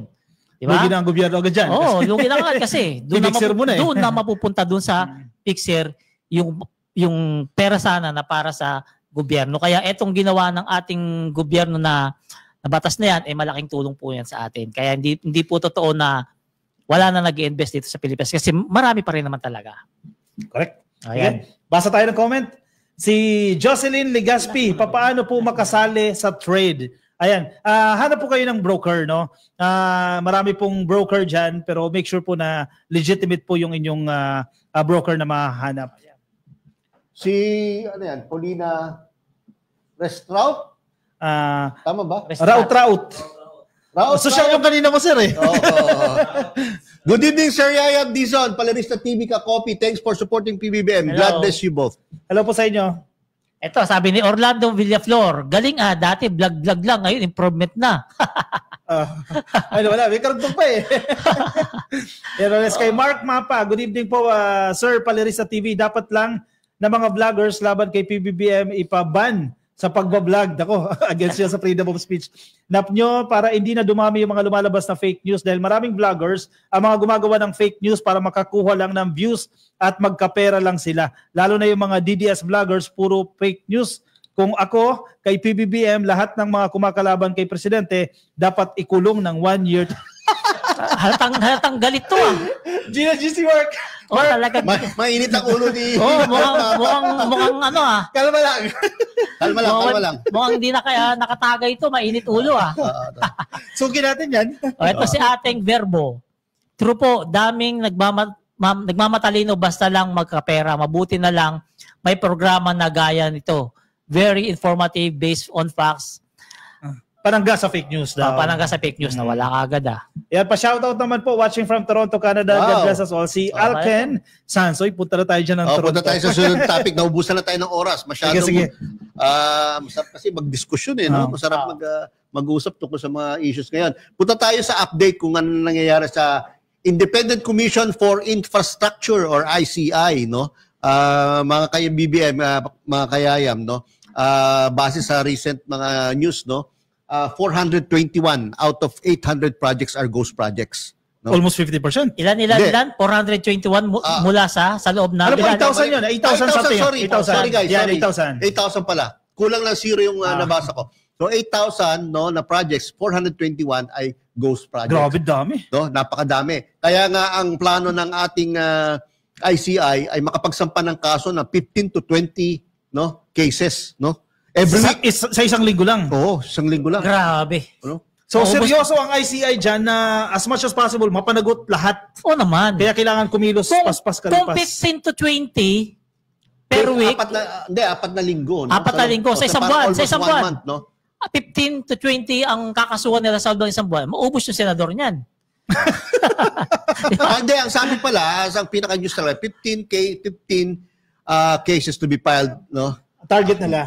Target na yan. Ngayon, sino kaya yung benamanong 15 na yan? 15 to 20 na tao definitely, na yan. hindi mawawala dyan ang SunWest ni Saldico, hindi dyan mawawala yung company ni Diskaya, at hindi din mawawala dyan yung mga district engineers ng Bulacan. Correct. No, ng Bulacan. Ngayon may balita si PBBM na etong ICI, ila-livestream, tama ba ako? Hindi. Ang BICAM. Ang inanunsyo ng presidente kanina, yung BICAM conference, ibig sabihin po, BICAM. yung pinagsamang puwersa na po yan ng House of Representatives at ng Senado, kasi Ila-livestream. kailangan nilang gumawa ng isang versyon Yan ang ila-livestream. Hindi pala itong yung ICI. as of the moment, wala pang announcement na ila-livestream yung hearing nila, which is, ako, para sa akin, okay lang.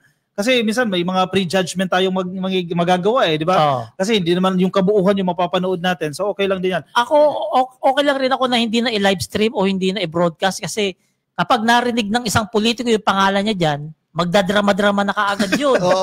Uso ngayon yung drama-drama. Kaya ang pinapalitan, hindi. Kahit sa Satanas, hindi tatanggapin yan. Hindi ko alam ang mga kababayan natin masyadong impatient, no? Gusto nila talaga magkaroon agad ng immediate na mga resulta at gusto nila mabilisan at gusto pa napapanood ang investigation. Alam niyo po, no, hindi ako sang-ayon diyan. Paligay ko itong mga kasama ko rin na maging public po ang investigation o pagharap ng mga testigo sa ICI dahil kapag naging ganun po, no, magkakaroon pa ng pagkakataon itong mga nasasangkot sa scam na to para makapagdahilan, makagulo. No? Imagine po, kunyari ako, nasangkot yung pangalan ko. Ang gagawin ko diyan, marami naman akong pera, mag-hire po ako ng PR company para i-counter yung mga pinag-uusapan sa ICI. So manggugulo ako sa media, no? To the point na sisiraan ko yung mga members ng ICI para ma-discredit o mawalan ng kredibilidad yung ICI. Ililihis mo yung narrative. Mawala yung focus. Mawala yung focus, ililihis yung i-deflect. Yung narrative. No? Yung de-deflect. Maraming gumagawa niya. Vlogger minsan yung kinukuha. Mga issues. Totoo yan. Totoo yan. Kaya, hindi delikado po yung ganong sistema. No? Lalo lang po tayong magugulo. Kasi no? tingnan nyo. Lalo lang walang mangyayari sa investigasyon na ginagawa ng ICI. Ang gusto po natin, no, as much as possible, sa madaling panahon, makapag-file po tayo ng mga kaso sa mga tamang tao. At hindi lang po basta pagpapile ng kaso, dapat po kumpleto ang ebidensya, matibay. Airtight cases po ang ating isampa. Huwag po tayong masyado magmadali dahil gaya na nga sabi ng Pangulo, kung nagmamadali tayo tapos kulang-kulang ang ating ebidensya, anong kalalabasan? Baliktad pa. Ma-absuelto po ang mga akusado. Kaya matatandaan. Makakatakas pa imbis na makulong talaga ng habang buhay na yung mga hinayupak na yan. Kasi kung isang senador, sigit lang, senador tsaka congressman, mayayaman yung mga yan kukuha ng magagaling na abogado yan. Hahanap yan ng technicalities, mga butas para ma-absuelto sila. Totoo yan. Ganito lang yan, tingnan niyo mga kababayan. Sabi ni Pangulong Bongbong Marcos sa podcast niya, maingat siya, hindi siya nagmamadali sa pagkaso sa mga sangkot dyan sa flood control na yan. Especially kung congressman yan o senador. Kasi ayaw niya nung magiging panis o hilaw yung kaso. Kasi kalaunan, makakalaya. Huwag na tayo lumayo.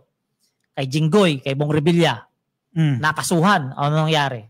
Nabsuelto yung iba. Pero may mga pending cases pa. Kasi hindi sapat yung mga ebidensya na ikinaso sa kanila. Hinog sa buho.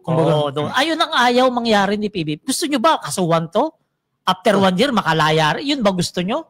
Sigurado ko ayaw nyo yun. Kaya wag natin mamadaliin itong ICI na magpakulong o magsampa agad ng kaso kasi baka nga rin malusaw o mapanis yung kaso na tinatawag na ganyan.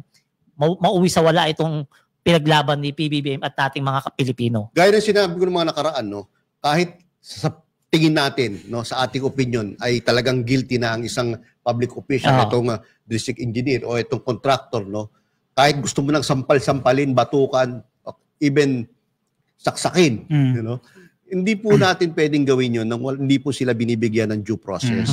Dahil kahit sino pong tao, meron pong karapatan. No, meron kasi kung sa atin mangyari yan, basic human rights. At importante po na mapanatili natin ang human rights o ang due process sa ating sistema ng demokrasya dahil baka dumating naman po ang panahon, no? Katulad ng nakaraang administrasyon na walang due process, no? Dinidesisyonan na lang ng mga tao, no?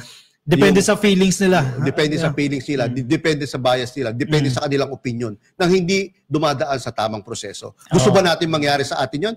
Sa ating mahal sa buhay? Di ba? Hindi naman po. At ayaw ng presidente yan. At ayaw po ng presidente na hindi sumusunod sa due process o sa mga batas na nakalatag sa ating konstitusyon at sa ating mga criminal code na pinapairal. Si PBBM kasi, hindi kasi siya gaya ng ibang presidente na wala ng due process, patay na lang ng patay.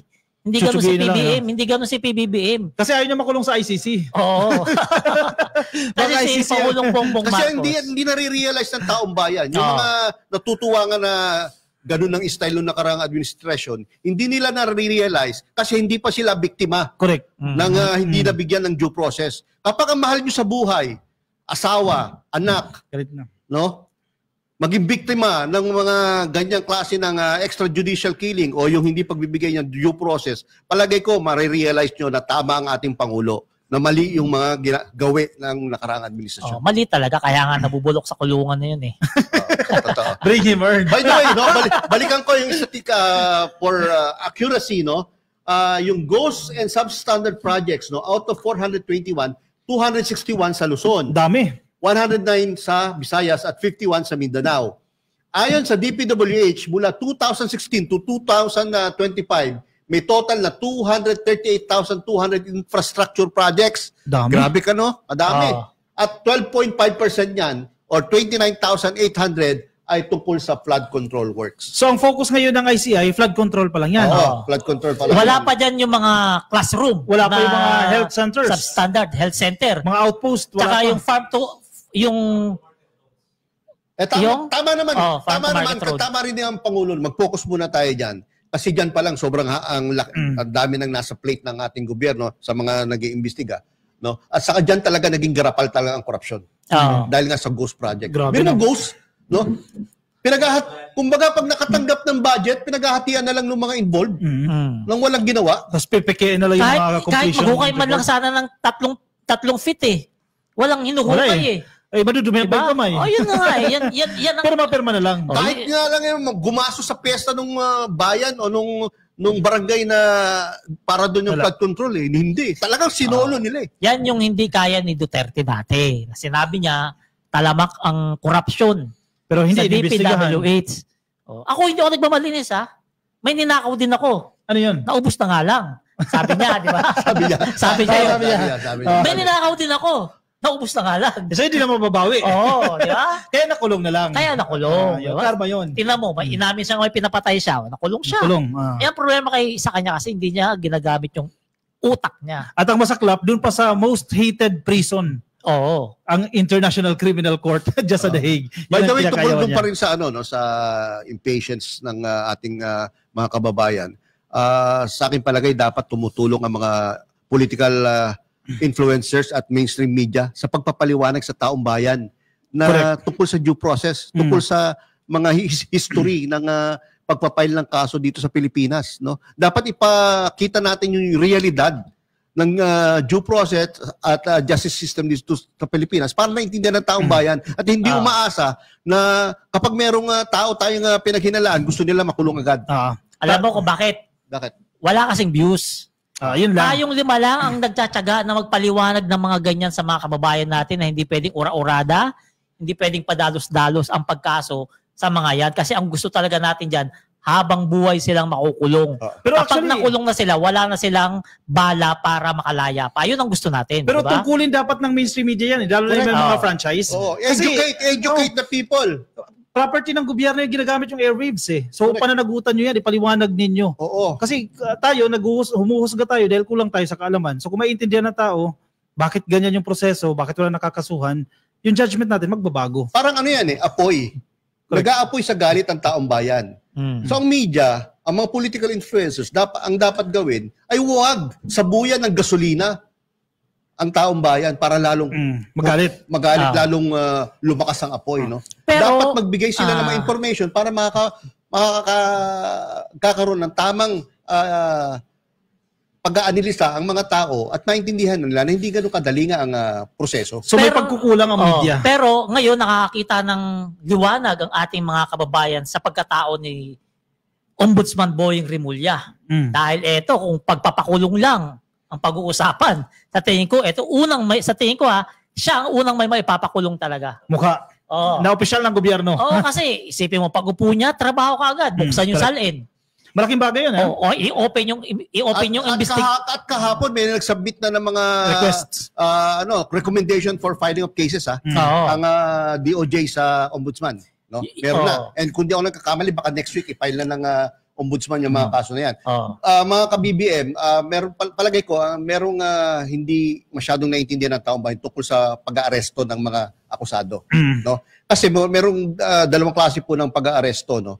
Yung isa, yung proseso, kapag ang isang tao ay caught in the act na gumagawa ng krimen, no? Pwedeng arestuhin agad-agad yan. Yung tawag infragrante delicto. Within 24 hours. Caught in the act. Not necessarily 24 hours. Kapag nakita talaga, either citizen's arrest o yung mga police authorities nakita na gumagawa ng krimen, kunyari nagnakaw o kaya nakita nagbebenta ng actual ng droga. Yun. Yan po, caught in the act po yan. Infragrante delicto. Pwedeng arestuhin kahit walang warrant of arrest. Kahit walang warrant of arrest. Ito pong kaso na sinasampa sa mga involved sa flood control scam, no? Kailangan po ito dumaan sa proseso na mag-secure ang ating gobyerno ng warrant of arrest. Correct. No? Kapag meron pong pagsisecure ng warrant of arrest, ang kaso po pinapile sa prosecutor. DOJ muna. No? DOJ or sa piskal, sa mga cities or municipalities. At titignan doon ng piskal kung merong batayan yung reklamo. Yung probable cause. At kapag titingin ng batayan, no, yung probable cause na sinasabi ni Kakopi, bibigyan po ng karapatan yung akusado o yung respondent, yung inaakusahan, na sumagot sa complaint. No? Ngayon, kapag sumagot na yon, i-weigh na yan ng minsan nga, dalawang balikan pa yan. No, ng sagot, no, sa prosecutor o sa piskal pa lang, no, i-weigh ng piskal 'yon kung merong enough probable cause para isampa yung kaso sa korte. Kapag naisampa sa korte, doon pa lang po magkakaroon ng issuance ang judge po nag-i-issue ng warrant of arrest, no? At doon pa lang po mapupunta yan sa police authorities na magse-serve ng warrant sa mga taong akusado.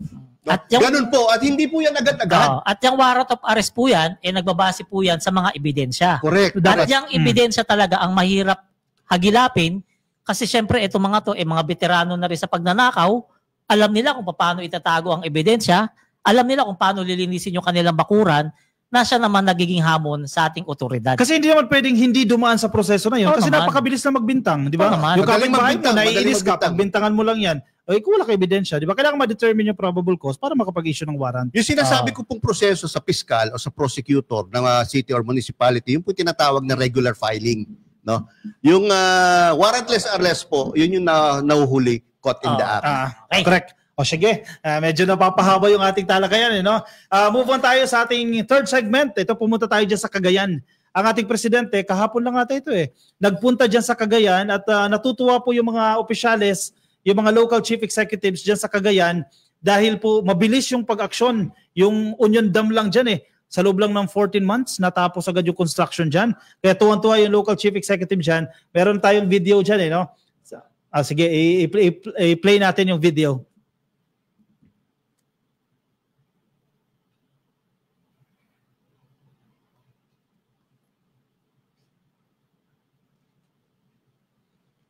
Ito yung sa Kamalonyugan, yung bridge.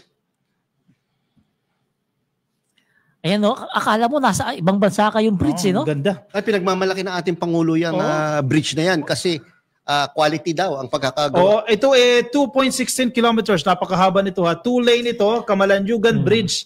At inaasahan po na mabubuksan na ngayong December. Magandang pamasko yan para sa mga kababayan natin dyan. No? Sinimulan yung construction noong 2020. Ito ang good news. Kapag nabuksan na po yan, yung pinakamahabang cable-stayed bridge dyan po sa Cagayan Valley o sa Region 2 ay mapapababa po yung biyahe mula Apari hanggang Ballesteros. Dati kasi 1 oras po yan, magiging 20 minutes na lang. At makikinabang po dito ang 6,000 na travelers bawat araw. Kasi taga dyan ako Kapag nasa Kamalanyugan ka, tatawid ka sa kabilang isla ng Cagayan, kabilang panig. Pag nasa Kamalanyugan ka, kakaliwa ka, hanggang makarating ka pa sa tulay, siguro bago ka makarating sa kabilang dulo, aabot ng mga 2-3 oras. Ngayon, pagdating mo sa Kamalanyugan, hindi ka na mag-U-turn sa malayo. Direkto ka na doon. Kaya sabi ni PBBM, yung 3 oras ay 20 minutes na lang. Yan yung tulong ng tulay na yan. Hindi yung ko pa economic activity dyan sa lugar, gaganda. Bago yun, 20 minutes na lang. Isipin mo yung mga nasa... Dating ilan? Mga 2-3 oras. Wow. Kasi ikot ka pa sa mag-U-turn ka pa sa tulay na steel. Grabe. Parang hanging bridge sa steel tulay. Ang laking ginhawa sa taong bayan. Tsaka sa mga commuters. Ngayon yung mga produkto ng Apari at yung produkto ng Ilocos Norte, Ilocos Sur, pwede na sila magpalitan ng mabilis. Yung trading, mapapataas. Yan ang mapapababa ang product cost dahil yung gastos sa transportation ay bababa. At saka saka makakita yung design. Ngayon ako nakita, tuloy sa Pilipinas, ganyan yung design, parang Golden Bridge ng ibang bansa, ng Amerika, di ba? Yung cable bridge, no? At saka nasisigurado ko ako, ilalaban ko rito yung page ko, buburahin ko to. Kapag yung tulay na yan, nagaya sa tulay ni Duterte sa Isabela, buburahin ko yung page ko. Anong page yung dami? Yung Paler Quiz. Yung Paler Quiz. Di ba? Kasi isa ka naman makita ng ganyang tulay. Talagang first class na tulay na ginastusan na talagang milyon-milyon ng pera natin napunta dyan para matulungan yung mga kababayan natin dyan. Kasi napakahirap talaga dyan nung sitwasyon nila kapag pupunta ka sa ibang kabilang panig ng Cagayan. Alam ko yan kasi nga nadadaanan ko palagi pag nagbabakasyon ako dyan eh. Alam mo itong tulay na yan, kahit papano binago niya ng bahagya yung imahe natin sa DPWH. Oo naman. Pinasalamatan din actually ng ating presidente ang DPWH kasi kaya naman pala gumawa ng matibay na tulay, hindi substandard, hindi ghost itong ahensya na to. Pero kahit papano, no, at least nakakabawi-bawi ng image itong DPWH sa tulong ni Secretary Vince Dizon. Nasa ano siguro yan? Kontraktor? Kung matino yung kontraktor talaga, no? Kung matino, kung hindi buhaya, kung hindi magnanakaw yung kontraktor. Magkano ba yung budget sa tulay din? Hindi ko nakuha yung eksaktong budget pero kung mga billion-billion yan, hindi pwedeng basta-basta kontraktor. Hindi, parang 100 million yata o 2 billion. 2 billion kung lang nakakamali. 2 billion kasi. Kaya malaking kontraktor yan. Hindi kaya basta-basta yan. 2 billion yan, 2 billion. Bukod dyan sa tulay na yan, isa pang good news, no? Dyan din po sa Cagayan itong Union Water Impounding Dam. Nako, na inaugurate na rin po yan. Malaking bagay po itong dam na yan.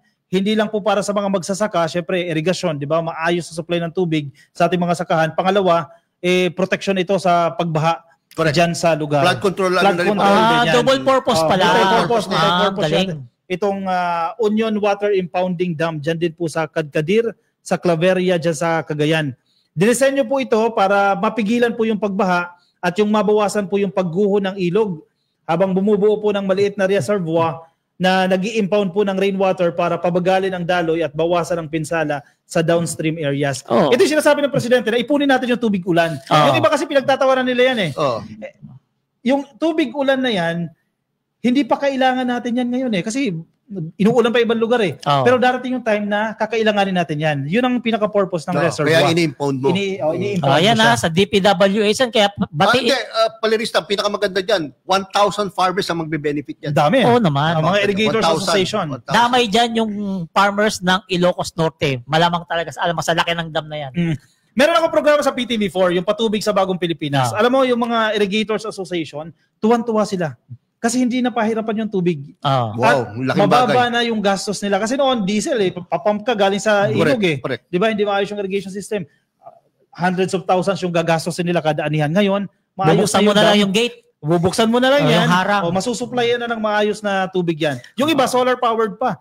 So hindi ka nagagastos. Wala talaga diesel. Mas mababa pa yung cost. Minimal lang yung cost mo dyan para sa maintenance lang. Kaya tuwan-tuwa yung mga magsasaka natin. So yan dahil, congratulations sa DPWH kay Senator Vince Dizon ngayon pa lang Yan, napakagaling nitong ginawa nila at talagang malaking hatak to sa nasisirang imahe ng DPWH sa ating mga kababayan. And yung NIA, congratulations din sa NIA sa mga project at nito. At syempre kay PBBM. Syempre sa presidente natin. PBBM, napakabilis sa kinonstruct. 14 months lang natapos. 14 months lang 14 months lang. Yung ganyan kasolidong gawa, 14 months lang yan. 14 months lang. Kaya naman pala. Ang ganda Kaya pala nadadaanan pala yung gitna. Kaya pala pinagmamalaki talaga ng ating Pangulo. Sige.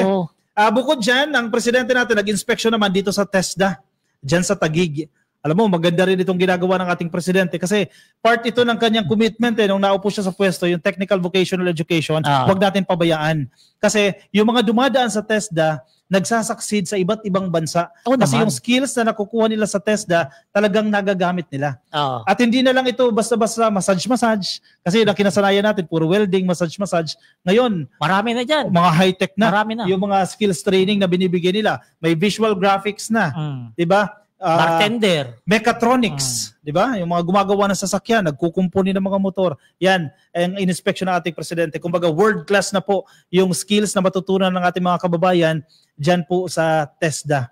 And job ready. Ito ang kagandahan dyan eh. Yung kumpanya, nadjadjaan na, kumbaga may compound na sila dyan. Yung mga trainee, magtitrain na sila mismo na parang nasa actual na trabaho na sila. Doon sa kumpanya na yan. Ganda. So once na matapos na yan, may papasukan ka ng trabaho. Ang dami ko kilala, maraming talagang nakukuhang benepisyo sa TESDA trainings. No? Yung iba na hindi kaya mag-aral ng 4-year college course, no? Nagte-TESDA na lang, pero nakukuha agad. Lalo kung magaling ka talaga o skilled ka, nakukuha ka sa abroad o sa mga malalaking kumpanya, no? At kumikita ng malaki. No?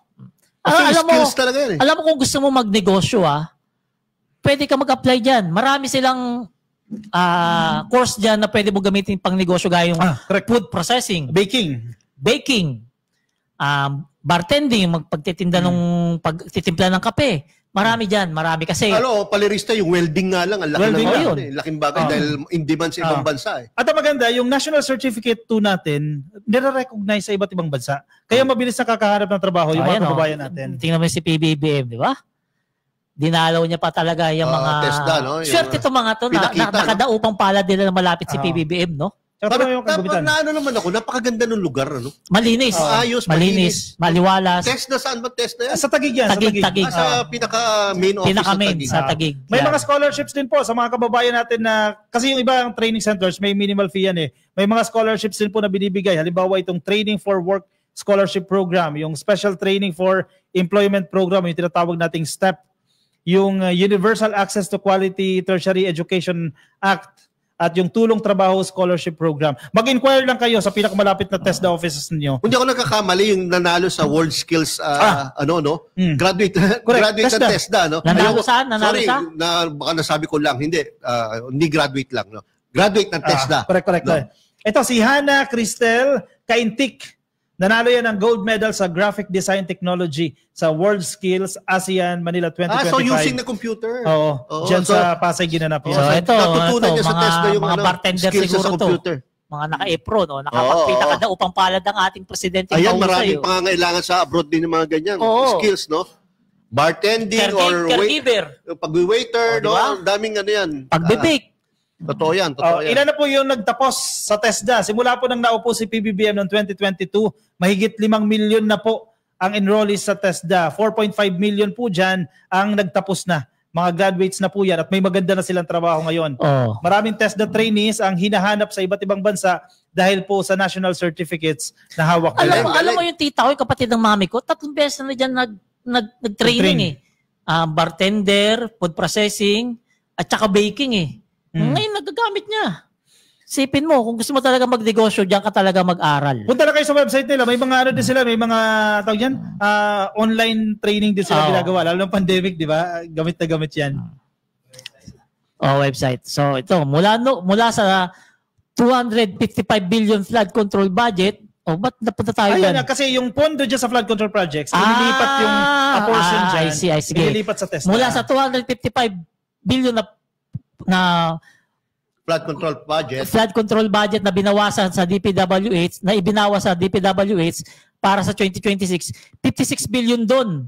56.6 billion ang inilipat sa education sector dahil dito umabot na sa 1.28 trillion ang total budget para sa edukasyon kasama ang TESDA sa pinakamataas sa kasaysayan ng bansa. Napakaganda yan. Yan po yung inulit namin yung budget galing sa flood control na pinakuha na ni PBBM, inilipat na sa iba't ibang ahensya ng gobyerno natin. Palirista, first time ever na umabot tayo sa 4% international benchmark para sa education spending. Dapat lang, no? Dapat na. First time ano ito pinapakita nyo, Lex? Ito yung... Yan yung website ng TESDA. Website. Hindi Facebook page yan. Website ko yan. Mga gusto mag-apply ng skills training, punta po kayo dyan para makuha ninyo yung eksaktong detalye. Kompleto na pala dyan lahat. Kompleto yan. Ang dami niya, no? Kahit mga overseas Filipinos, pwede dyan. Kunyari, nagbabakasyon kayo sa Pilipinas, kapag meron kayong gustong training na makuha sa TESDA, bisitahin nyo lang kanilang website, no? Pwede po kayo kasi dyan. May mga OFW tayo, skilled na sila. It's just that wala silang certificates. Pwede sila magpa-assess. Correct. Diba? Hindi ka na sasailalim sa mahabang training. Meron kayang AI dyan? Yun, gusto kong mag-aaral yan. AI. Alam ko merong AI na rin. May courses na sila about AI. Oo. Sige. Dyan na pala. Move on tayo sa ating last topic for tonight. Meron akong dalawang short topic na dapat sige sir, sige. Mabilis lang to. Pinuri po ni Pangulong Bongbong Marcos ang kanyang may bahay. Hindi ito self-serving dahil nakita natin mismo kung ano yung ginawa ni First Lady Liza Araneta Marcos para mapaganda po ang PICC. Kami mismo nandiyan kami sa PICC, malaki po yung ginawa sa mabilis na panahon at sa limitadong budget. Napakaganda na po ng PICC at isa sa punong abala dyan, si First Lady Liza Araneta Marcos. Kaya natuwa po ang ating presidente doon tayo, talagang nakita natin napakaganda uli ng PICC, no? Kaya deserve naman ni First Lady Liza Araneta Marcos na talagang makomment, no? From the President mismo. At bakit napapanahon yung pagpapaganda ng PICC? Dahil next year, 2026, ang Pilipinas po ang host sa ASEAN. So mga delegado po mula sa iba't ibang bansa na parte ng ASEAN, pupunta dito sa Pilipinas at ang isa sa mga venue na gamit sigurado itong PICC. So at hindi maganda nakakaya. yun, yung mga gumagamit na clients ng PICC, mga eskwelahan, na dyan nagkakaroon ng Graduation, mga commencement exercises, mas magiging maganda na ang kanilang experience sa hindi na yung pangit na facilities. Yung taking, di ba? Yeah, taking ng mga pumapasa sa professional board exams, no? Correct. So ito kasing PICC talagang malapit ito sa puso ni Pangulong Bongbong Marcos dahil sa mga bata-bata dyan, ng mga Gen Z dyan, na siguradong hindi alam, ang nagpagawa talagang original dyan ay si First Lady Imelda Romualdez Marcos. At pinarenovate naman ng kanyang manugang, si First Lady Lisa Marcos. Yan. Gaya na sinabi ko nakakatuwa na si First Lady ang ribbon cutting nung ano yan, no? Ano kayo nararamdaman niya? Ano kayo nararamdaman niya? Ano kayo nararamdaman niya, no? Siya nung first, tapos yung pangalawa siya pa, no? After 49 years. 49 years? Yes, 49 First time years. na nagkaroon ng major renovation. After 49 years siya. Yan na siya ngayon. Yan yung nagpunta kayo, yan na yun. Oh, ganda no. Ganda na yan. Lalo sa second floor, lalo na yung maganda na. Grabe. Sige sir, pwede kong isingit lang to kasi ito breaking news, no? Si President Bongbong Marcos, sinabi niya na willing siya i-publicize ang kanyang SALN. Wow. No? Statement of Assets, Liabilities, and Net Worth. No? At sinabihan niya rin ang kanyang gabinete, ang mga members ng kanyang gabinete, na gawin din ang kanyang gagawin. No? So, ang Pangulo na mismo ang mangunguna sa pagpresenta ng maganda kanyang SALN. Maganda yan. Alam mo, need by example. Ang bulilyaso dyan, yung mga hindi nakapag-ready ng SALN nila. Hindi, ready naman yan. Dapat ready yan. Kasi every year, bago mag-April, pinapasubmit sila ng kanilang SALN. Ina-update yan. Merong penalty yan kapag hindi ka nagsubmit. At yan ay nangyari dahil kay Ombudsman Boying Rimulya na siya nanguna dyan na luwagan natin. Bakit kasi nung nakaraang administrasyon kay Duterte, hindi ka basta-basta, hindi ka talaga pwede kumuha niyan. Talagang pinagbabawal. May cases lang na inalaw na kumuha niya, hindi basta-basta kumuha niyan. Parang may mga pinagtatakpan. Ayaw mabuking yung ill-gotten wealth. Ngayon po, gustong malaman ng taong bayan yung SALN na yan. Kaya bibigay ng... Malamang si PBBM din nagutos dito kay Ombudsman Rimulya. Posible. Si PBB kasi hindi naman gagalaw si Ombudsman ng ganyan katindi. And noon pa naman, kung walang noon pa naman sinasabi ng Presidente at yung mga observers din, isa sa may pinakamalinis, kumpleto, detalyado na SALN, si PBBM. At dapat natin comment si Ombudsman Boying Rimulya, ha? Ilang araw pa lang, meron na agad ganyan siyang polisiya. May isang linggo na siya. Major reform. Wala pa isang linggo. Naglabas agad siya ng policy tungkol sa SALN. Kaya yung mga politiko sa inyo na pinaghihinalaan ninyo kung saan nanggaling yung kayamanan nila, yan, pwede nyo nang malaman. Pumunta lang kayo doon sa Ombudsman, mag-request kayo. May mga konti-konting pirma-pirma dyan.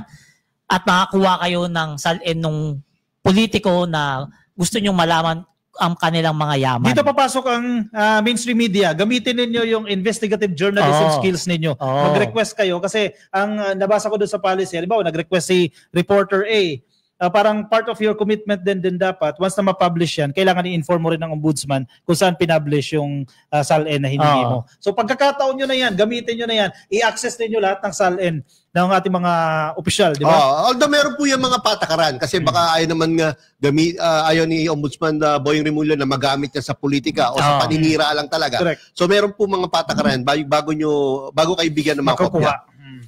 Last na. Gusto ko lang sanang pag-usapan din natin yung fake news against AFP Chief Romeo Browner. Meron na naman. Kasi sinisiraan siya eh. Como, alam natin ang ginawa niya na hindi siya pumayag. Hindi siya nagpa-udyok sa mga destabilizers. Sa mga demonyo ba? Mga co-platters, no? Yung apat na retired generals. Na mag-withdraw siya ng suporta sa Pangulong Bongbong Marcos, hindi siya pumayag. Ngayon naman, siya ang sinasubject sa mga tinatarget sa mga fake news. Okay. Ano ba yung fake news sa kanya, Yaya? Ito, merong sinasabi na meron daw Browner condominium. No? Na baka daw dyan dinala yung 15 billion ghost project ng AFP. Unang-una, wala pang 15 billion na ghost project ang AFP. Ultimong si DND Secretary Gibo Chodoro na nagsabi na hindi totoo yan at fake news. No? Pangalawa, meron nga po talaga Browner condominium. Pero kanino? Matagal na po to. Pag-aari po to ni General Felix Browner. No? Hindi siya yan. Tiyuhin ni General Romeo Browner. So, ibig sabihin, hindi pa siya AFP chief, meron na pala yung building na Meron yan. na yan. Meron na. At dahil namatay na nga itong Tito niya. magaling na Tito niya. tiyuhin niya na si General Felix Bronner, no? Ang mga anak na ang may-ari. At yung kumpanya mismo, yung na nagmamanage o nagpapatakbo niya ng kondo na yan, ay nakapangalan yan sa mga anak Sa mga anak. Felix Bronner. At hindi- Bali mga pinsan na ni General Bronner. Romeo Bronner, no? At hindi sa kanya. Oo. Mga ka-BBM, kayayam, no? Ang pamilya Bronner po ay kilalang mayamang pamilya po. Noon pa po yan. Family of generals po yan. Kung di ako nagkakamali, 4 na general po, Bronner. No? Kilala po yan sa Region 1. Kilala po sila, no, na merong kayang pamilya. At may mga negosyo po sila, no? Na noon pa namamayagpag, no? Hindi po yan yumaman ng dahil sa pangungurakot, no? Dahil matitinong pamilya po yan, well-respected po yan, no?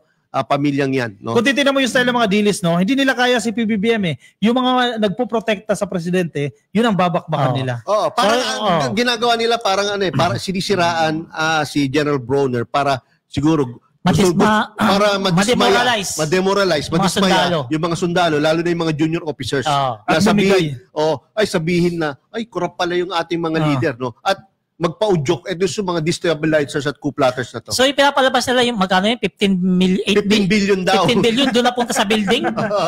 Hindi pa nga presidente si PBBM, meron na yung building na yun eh. Kaya nga eh. Diba? Yan ang dapat natin malaman mga kababayan ha. Mga ka-BBM, mga kababayan. Huwag tayo basta-basta maniniwala sa mga banat ng mga bobo na to sa mga nakapaligid kay PBBM na nagpoprotekta. Kasi ito si General Bronner, pag ito na fake news nila at naapektuhan to, doon sila magkakaroon ng chance na mapabagsak si PBBM. Keso, etong si General Bronner, matino, hindi nagpapatol sa mga demonyo ba sa paligid niya. Demonyo ba? Kaya hindi nagtatagumpay yung mga destabilization nila laban sa ating presidente. Kaya huwag tayo maniniwala. Palirista, sa totoo lang, libre naman po talaga maging bobo tanga. Libre po yan, no? Karapatan niyo po yung magmuka at magsalita ng mga katanghan, kabobohan. Pero wag niyo naman po araw-arawin. Wag naman sobra-sobra. Wag nyo karirin. Kinarin na. Last pahabol, good news ha. Sa recent survey po ng Okta, 8 out of 10 or 83% po ng mga Pilipino ay sang-ayon po sa pagsisiwalat ni Pangulong Bongbong Marcos sa mga katiwalian sa flood control. Wow. Validation ito na tama yung ginawa ng ating presidente. Kasi sino ba naman ng tututol dyan? May tataya pa ko sa survey na yan. No? 50% as per SWS survey, 50% ng ating mga kababayan agree na panagutin si former President Rodrigo Roa Duterte sa mga EJKs. Okay. At saka ito pa, isang survey na mas magagaling daw ang mga BBM vlogger kaysa sa mga DDS vlogger na nakukulong. Agree ba kayo? Oo. Ayan. So may sasabi pa ba kayo? Basta ng konti. Sige, 1 minute. 1 minute. Sabi ni Sunflower, maraming demonyo noon sa ating administrasyon. Correct? Ranilo Bose. Saludo po ako sa ating Pangulong Bongbong Marcos. Talagang transparency ang gusto niya ipakita sa mamamayan ang kanyang salin dahil ang paglilingkod ng tapat ay tunay at busilak ang kanyang puso na paglingkuran ng ating bayang Pilipinas. So si Mark Mapa, libre ang bobo, tanga, sinungaling at magnanakaw. Kaya ayun, nakakulong ngayon yung isa. Tama. Galit na talaga si Mark Mapa. Kanina pa yan, nasa ICC na. Sir Barrett, our President BBM works non-stop while others only work their way out of their mess. BBM is one great example of walking by example. Great man, great leader, mabuhay ang bagong Pilipinas. Thank you, Star Barrett. Sir Barrett, our President BBM works non-stop while others only work their way out. Tapos na yan. Tapos na yan. La doble. Yan. So yan, mga ka-BBM, mga ka-BBM, mga kapalirsa, bilis ng oras. Na-extend na kami ng 2 minutes. Inuulit po, maraming, tayo po natin yung award natin. Sige. Love for All schedule. I-post natin sa page. Yung schedule ng Love for All. Love for All, So ito yung award namin Hindi namin ito makukuha kung hindi po dahil sa inyo. Maraming salamat po. Galing po ito sa mga Filipino community sa Japan. Humahanga sila sa pagbabalita natin dahil alam naman nila na tapat at hindi tayo ng fake news. Kaya maraming salamat sa inyong muli. Maraming salamat sa pagsuporta nyo sa aming ika-22 na episode. Ako po muli, si Palerisa TV. Magandang gabi po. Mga kayayam, mga ka-BBM, follow nyo po ang aking FB account, Yayam Dizon po. No? Maraming salamat po sa mga tumatangkilik sa akin. 65 million po for the past 28 days. Maraming salamat. Maraming salamat po sa lahat ng ka-coffee na sumusuporta din sa atin sa World Class Excellence Japan Awards, WC, kay Ma'am Emma Cordero. Maraming salamat po. And of course, yung kasama natin dito sa grupo, si 31 Million Movement at si Mark Ian Everyday, katuwang natin sa ating podcast, at ang Bagong Pilipinas Studios, walang sawang sumusuporta sa Salamat PBBM Podcast. Maraming salamat po sa inyong lahat. Ayan, muli maraming salamat po dito sa award. Kung hindi dahil sa inyo, wala po kami neto. At wala kami rito ngayon sa kinaupuan namin. Maraming salamat sa inyong lahat. Magandang gabi po. Bye-bye. See you next week.